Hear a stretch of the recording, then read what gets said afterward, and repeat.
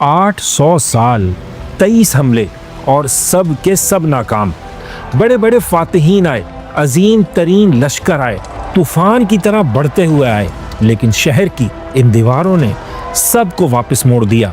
یہ شہر ناقابل تسخیر تھا، انبیٹیبل تھا، انوینسیبل تھا، لیکن پھر تاریخ کے اسٹیج پر ایک لڑکا آیا، صرف 21 سال کا نوجوان، جس نے وہ کر دکھایا جو 8 صدیوں میں کوئی نہیں کر سکا تھا۔ اس نے صرف یہ شہر فتح نہیں کیا، عقل کو بھی حیران کر دیا۔ جب سمندر نے اسے راستہ نہیں دیا تو اس نے اپنے بحری جہاز زمین پر چلا دیے۔ یہ جنون، یہ پاگل پن صرف ایک شخص کا ہو سکتا تھا، فاتح قسطنطنیہ، سلطان محمد فاتح۔ لیکن ٹھہریے، آپ اس فاتح کو تو شاید جانتے ہوں، لیکن کیا آپ اس ناکام شہزادے کو جانتے ہیں جس کے اندر یہ فاتح چھپا ہوا تھا؟ کیا دنیا کو ہلا دینے والے اس سلطان کو جانتے ہیں جسے بچپن میں اس کے اپنے وزیروں اور باپ نے نااہل قرار دے کر تخت سے اتار دیا تھا؟